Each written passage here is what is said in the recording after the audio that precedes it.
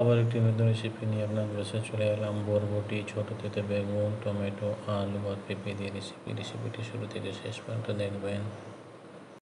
দিচ্ছি soybean oil, দিচ্ছি ছোট তেতো বেগুন ভেজে নিতে হবে তেলে, সামান্য লবণ। ছোট তেতো বেগুন ভাজা হয়ে গেছে, গরম হয়ে গেছে, দিচ্ছি পেঁয়াজ কুচি,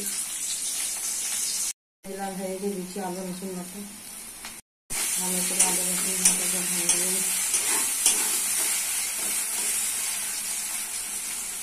রসুন লাল হয়ে গেছে, দিচ্ছি মশলা, হলুদ গুঁড়ো 1 চামচ, লঙ্কা গুঁড়ো 1 চামচ, জিরা গুঁড়ো 1 চামচ, ধনে গুঁড়ো 1 চামচ, লবণ 1 চামচ।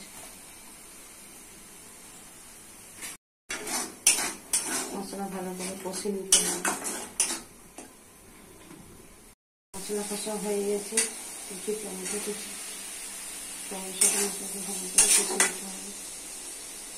একটু কষা হয়ে গেছে, দিচ্ছি সবজি কুচানো,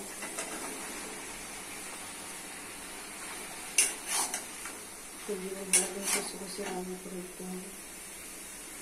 দিয়ে দিচ্ছি ছোট্ট তেতো বেগুন, ভালো করে কষে নিতে হবে।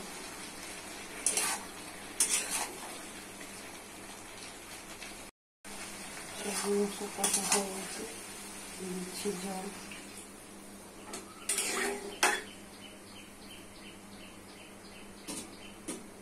দিচ্ছি ভাজা জিরে গুঁড়ো,